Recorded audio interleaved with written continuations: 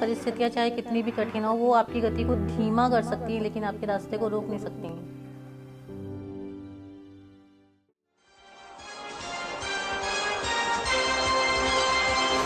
हैं वो जो एयरफोर्स ज्वाइन करके आसमान में उड़ना चाहती थी, परंतु उनके हौसले ने और उनके मनोबल ने मुश्किलों को मात दे दी। हिम्मत हो तो उनके जैसे। स्वागत कीजिए state bank of Bikaner and Jaipur में एक असिस्टेंट मैनेजर, सवाई माधोपुर राजस्थान से शताब्दी अवस्थी। आइडिया कुछ नहीं था, बस सिर्फ एक यही था कि कुछ भी करना है। कुछ भी था, मुझे किसी भी तरह की नौकरी चाहिए थी, लेकिन मुझे नौकरी चाहिए थी। बहुत प्राउड था पेरेंट्स को। कहीं भी बाहर निकलते थे तो जब भी पापा बैंक में आते थे तो मुझे बहुत खुशी होती थी। वो एक इतने प्राउड के साथ में वो बैंक में एंटर करते थे कि हाँ, मेरी बेटी यहाँ पे मैनेजर है। जब मेरा शो आने वाला था तो एमडी सर ने पर्सनली एक एक जने को मैसेज करके बोला था कि हमारे बैंक से है, वो आ रही है, उसको आप ज़रूर देखना। बहुत अच्छा लगता है कि हाँ, आप जिस इंस्टीट्यूशन में हो वो इंस्टीट्यूशन आपको सपोर्ट करता है। तो सिलेक्शन होने के बाद भी मैंने पढ़ाई बंद नहीं की। उसके बाद भी मैंने अपना एमए कंप्लीट किया हिस्ट्री में। मैंने नेट किया, मैंने कॉलेज लेक्चर के लिए भी का भी एग्ज़ाम दिया। डेडिकेशन भी बहुत है स्कूल्स में, बहुत अच्छी, इसके एकेडमिक में बहुत अच्छी रही है ये। तो फर्स्ट टाइम इसने बैंक का दिया और फर्स्ट टाइम में ये क्वालिफाई भी हो गई। जाके रात में सब लोग सो गए थे, जाके कंप्यूटर ऑन किया, उसमें रिजल्ट डाला, देखा तो भी मेरे को इतना रोल नंबर देख के तो लग नहीं रहा था कि मेरा ही है। जब मैं वहाँ से जीत के आई थी तो एक बहुत लार्ज स्केल पे मेरा फेलिसिटेशन हुआ, जिस मतलब ऑल ओवर इंडिया सब बैंक में सब लोग मुझे जानने लगे। तो छोटे छोटे कार्ड्स आया करते थे, तो उनको इकट्ठे कर करके एक बॉक्स था उसमें, मतलब और जुनून जैसा था, मतलब अमिताभ को लेके। तो एक एक मूवी को कई कई बार हम देखते थे। वो मेरी दीदी फ़ैन थी तो उनको बहुत लेटर्स लिखती रहती थी वो। तो एक बार उनका रिप्लाई आया था, उन्होंने अपनी फ़ोटो भेजी थी ऑटोग्राफ देख के, और एक लेटर भी लिखा था। और वो लेटर मैंने अमिताभ बच्चन को दिखाया भी था। जब मैंने उनको दिखाया तो ही वाज शॉक कि मतलब इतना पुराना लेटर उनका लिखा हुआ। वो रखो, इनको खूब बोलन दे, आपके बच्ची तो आपको वो है, आपको इस पर पूरा घर हो रहा है। मैंने खूब घर है मुझे तो सुन के बहुत खुशी हो रही थी अपनी तारीफ सुनना अमिताभ बच्चन के मुंह से। कोमल है कमजोर नहीं वो, शक्ति का नाम ही नारी है। एक गीत की ये पंक्तियां शायद हमारी आज की रोल ओवर कंटेस्टेंट शताब्दी अवस्थी के लिए ही लिखी गई थी। आइए एक बार फिर उनका जोरदार तालियों के साथ स्वागत करें, शताब्दी अवस्थी।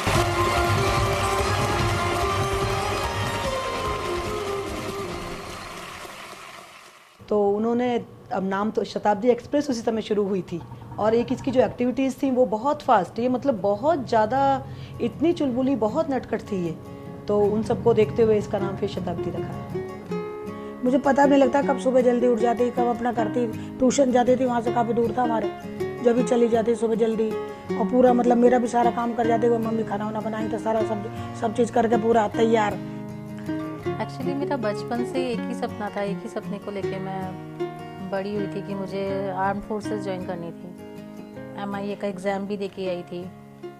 तभी अचानक से छत पे मैंने इसे भेजा, वहाँ पता नहीं कितनी हवा थी, कुछ बच्चों के साथ ये खेलने लगी, बैलेंस बिगड़ा और ये छत से गिरी। तो मैं तो अपने आप को बहुत कुछ इससे मानती हूँ कि शायद मेरी वजह से सब कुछ हुआ।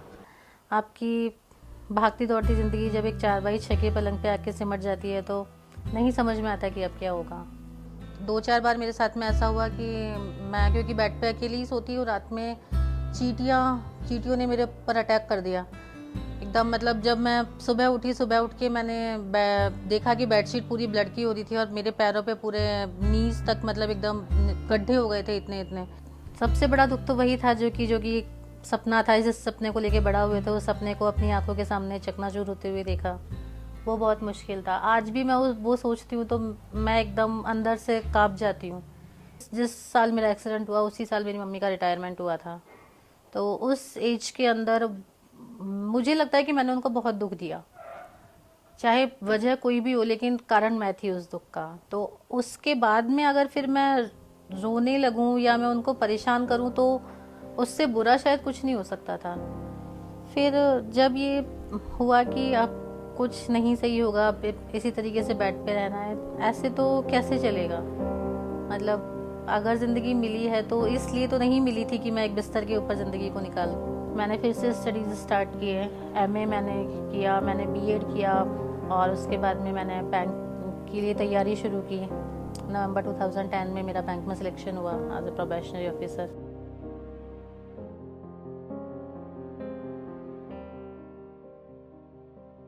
लेकिन यहाँ पे भी आके स्ट्रगल ख़त्म नहीं था। जॉब लगने के 6 महीने के अंदर अंदर अचानक से मतलब कुछ नहीं हुआ था। पापा को कोई बीमारी नहीं थी, कुछ भी नहीं था। हल्का सा उनको एक दिन रात में हार्ट में पेन हुआ, अगले दिन दिखा के आए, ECG वगैरह सब कुछ नॉर्मल आया। लेकिन वो घर पे आए और पता नहीं कैसे साइलेंट अटैक आया और वो हमेशा के लिए छोड़ के चले गए हम लोग को।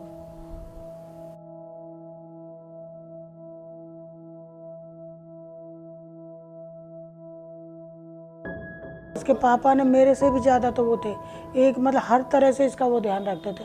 मैं तो कभी कोई बात हो जाती थी कि आप थोड़ा इसका वो रखते हो, तो वो तो खूब पहले तो वो पहना लेते ना भाई, क्या पहनाते उनको कैलिवर पहना के चलाते थे, फिराते थे, घुमाते, खूब इसका पूरा ध्यान रखते कि भाई जैसे से अपने खड़े हो जाए। तो अब हमको भी उस समय तो हम इतने हो गए थे, टूट गए कि कई दिनों तक तो हमने खाना ही नहीं खाया। शुरू में देख लो आप। मैं पूरी तरह टूट चुकी थी और मुझे लगा था कि अब शायद अब मैं नहीं उबर पाऊंगी इस दुख से। अब बहुत बहुत बहुत ज़्यादा डिफरेंस था। वो जो एक एक्सीडेंट के बाद जो पेन था वो एक पॉजिटिव पेन था, लेकिन ये जो दर्द था इसने मुझे पूरा अंदर तक मुझे तोड़ दिया था। मतलब मेरे को इतना स्ट्रगल करने के बाद में जब खुश रहने का टाइम आया तो वो चले गए। कोई भी अचीवमेंट होता है वो उनके बिना अधूरा लगता है। मम्मी को देख के एक जीने की वजह मिली। ये लगा कि जब मैं इतनी दुखी हूँ तो उनका दुख तो मुझसे बहुत ज़्यादा है। ओवरनाइट चेंजेस हुए लाइफ में। KBC में सिलेक्शन जब मेरा 25 लाख तक मैं पहुँची थी, मेरी सारी लाइफ लाइन्स ख़त्म हो चुकी थी, एक भी लाइफ लाइन मेरे पास में थी नहीं। तो मुझे ये था कि हाँ अब मैं छोड़ दूँगी इसको। और जब 50 लाख का क्वेश्चन आया तो ए बाल गंगाधर तिलक। फाइनल आंसर जी सर। लॉक कर दिया जाए। जी सर।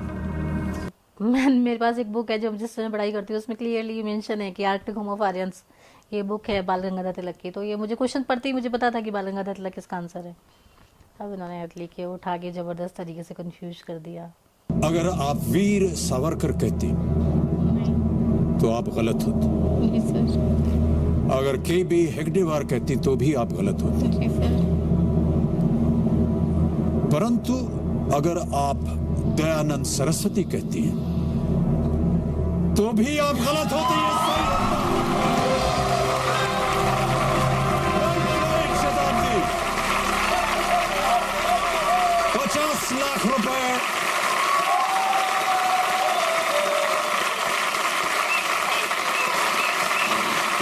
शताब्दी बहुत ही उम्दा खेल खेला है। तो उनके हस्बैंड जिया जी बोले कि मेरी बेटी के लिए कह रहे थे वो कि उसको स्पोर्ट्स ज्वाइन कराते हैं कुछ। तो हमें लगा ये बोली कि मैं भी कुछ करती हूँ एक बार, और अचानक से वहाँ केवल वो एक जरा सी बात थी और उससे सब कुछ चेंज हो गया। और वो एक जो फीलिंग थी कि कंट्री के लिए कुछ करना है, वो तो स्टार्टिंग से थी। वो हमेशा रह के वो एक कसक उठती रहती थी कि मैं कुछ कर नहीं पाई हूँ अपनी कंट्री के लिए।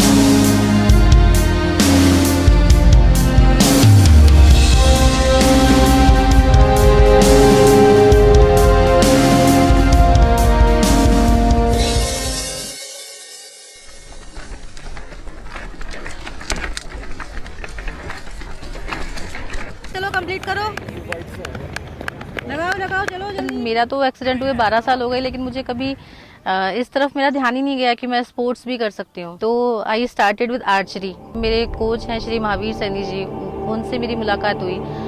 मुझे खुद को सोचती हूँ तो मुझे लगता है बहुत फनी इंसिडेंस था कि जब मैं फर्स्ट टाइम सर से मिली थी, मैं गाड़ी में बैठे हुए थी। एक शॉर्ट पुट दिया, मैंने कहा एक बार सेट पुट पहन के बताओ। वो मेरी मतलब लाइफ का मेरा फर्स्ट मोमेंट था जब मैंने शॉर्ट पुट को हाथ में लिया था।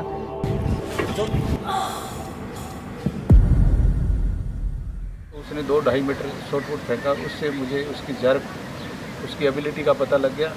मैंने 31 की एज में मैंने स्पोर्ट्स स्टार्ट किया, तो एक तो वैसे ही 11-12 साल से मैं बेड पे हूँ, तो बॉडी एकदम स्टिफ हो चुकी थी और मेरा आधा पोर्शन काम नहीं करता, सिर्फ मेरा अपर पोर्शन काम करता है, तो उसी के अकॉर्डिंग मुझे सारे एक्सरसाइज करने होते हैं। तो सबसे पहले तो उसको मेंटली हम प्रिपेयर करते हैं।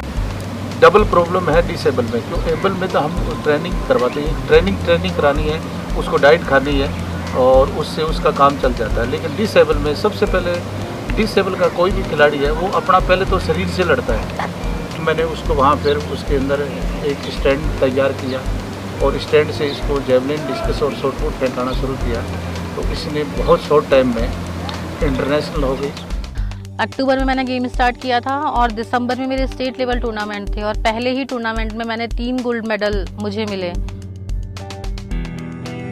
सही डिसीजन था लाइफ का, जिसका श्रेय पूरा मेरे कोच सर को जाता है। शायद सर नहीं मिलते तो मैं नहीं एथलेटिक्स स्टार्ट करती, और एथलेटिक्स स्टार्ट करने के बाद में तो बहुत जल्दी मुझे रिजल्ट्स मिलने लगे। दुबई फाजा world para athletic grand prix में मैंने पार्टिसिपेट किया और ये मेरा पहला इंटरनेशनल टूर्नामेंट था और उसमें मैंने इंडिया के लिए सिल्वर मेडल जीता। Second place and silver medal goes for Shavati Abbasi from India.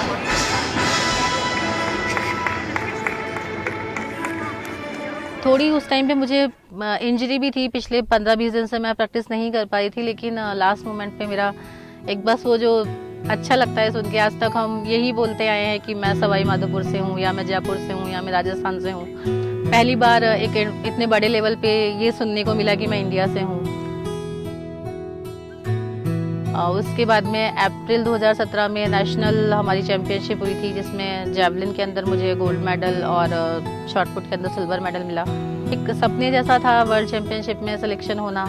जुलाई में मैंने इंडिया को रिप्रेजेंट किया वर्ल्ड चैम्पियनशिप में, एक इतने बड़े लेवल के ऊपर, और वो ओलंपिक कोर्ट जहाँ पे कि 2012 के ओलंपिक्स हुए थे लंदन में, क्वीन एलिजाबेथ स्टेडियम से मेरा जो थ्रोइंग स्टैंड था वो उसके मेजरमेंट सही नहीं थे, तो मेरे कुछ फाउल्स वहाँ पे मुझे दिए गए, वो बहुत डिसअपॉइंटिंग था। उसके बाद से मैंने आके बहुत रिगरसली मैंने ट्रेनिंग स्टार्ट की थी, क्योंकि जब मैं वर्ल्ड चैम्पियनशिप खेल के आई तो वहाँ पे मुझे ये मैंने महसूस किया कि अब मैं गेम छोड़ के पीछे नहीं हट सकती, मुझे आगे ही बढ़ना है। लेकिन क्योंकि मुझे सेंसेशन नहीं है लोअर बॉडी में, इसलिए मुझे पता नहीं चला। 1 महीने के बाद ये डिटेक्ट हुआ कि बेड सोर है।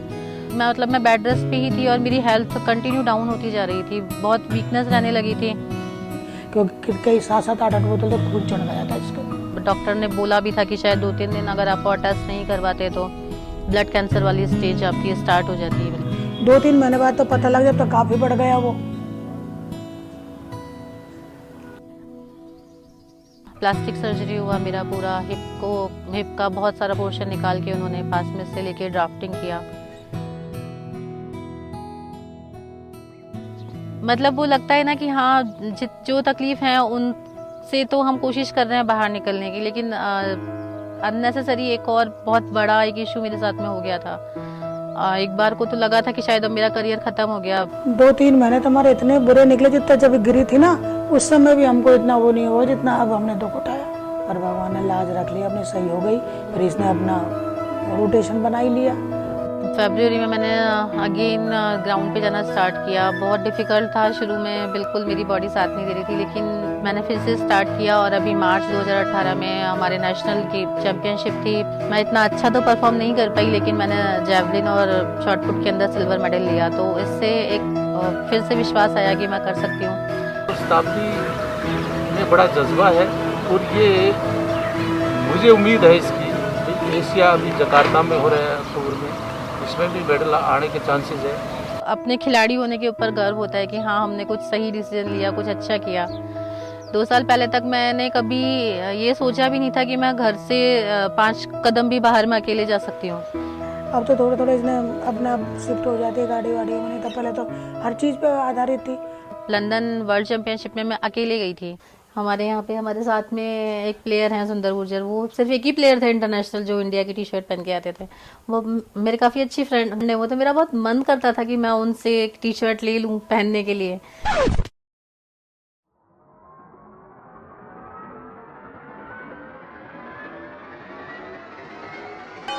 बहुत ही हंसमुख है, और अच्छे व्यवहार की, जो अगर मेरी पूरे राजस्थान में अगर मेरी कहीं बनती है तो इसी के साथ बनती है। नहीं, मैं किसी से इतना बात नहीं करता, ना किसी के पास जाता। अगर जाता हूँ तो उनके घर पे बैठ के आता हूँ, मैं कहीं नहीं जाता। मैं मेरे खुद के घर भी नहीं जाता, 2-2 साल हो जाते मैं मेरे घर नहीं जाता, एक ही के घर चला जाता हूँ, तो बस घर वाली फीलिंग आ जाती है। दुबई वो ले गई मुझे, दुबई भी दिखा दिया। ये तो बेटा होता तो क्या दुबई दिखाता, अगर नहीं दिखाता।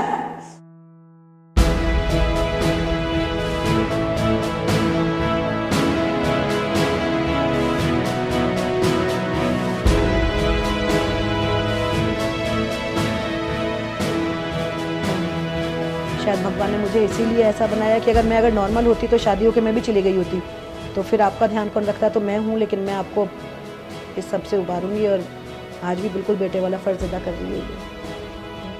पर्सनली मैं ये मानती हूँ कि ये जो एक्सीडेंट है मेरे लिए एक ब्लेस की तरह साबित हुआ है, मेरे लिए एक वरदान है ये। बिकॉज़ अगर मेरा एक्सीडेंट नहीं हुआ होता तो मैं भी एक नॉर्मल लाइफ जी रही होती। मैं सच बताऊँ तो मुझे नहीं लगता कि मुझे ठीक होने की ज़रूरत है। मैं अभी भी ठीक हूँ, मैं औरों से बेटर हूँ। नन्ही चींटी जब दाना लेकर चलती है, चढ़ती दीवारों पर 100 बार फिसलती है। मन का विश्वास रगों में सांस भरता है, चढ़कर गिरना गिरकर चढ़ना ना अखरता है। आखिर उसकी मेहनत बेकार नहीं होती, कोशिश करने वालों की कभी हार नहीं होती।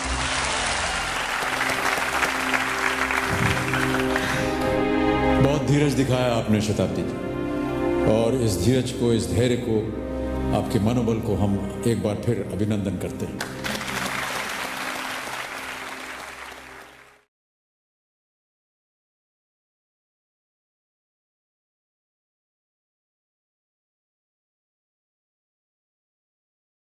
एक जना और है, एक पर्सन और है जो कि शायद मुझसे भी ज़्यादा प्रॉब्लम्स को डेली फेस करता है, वो है मेरा भाई चंदन।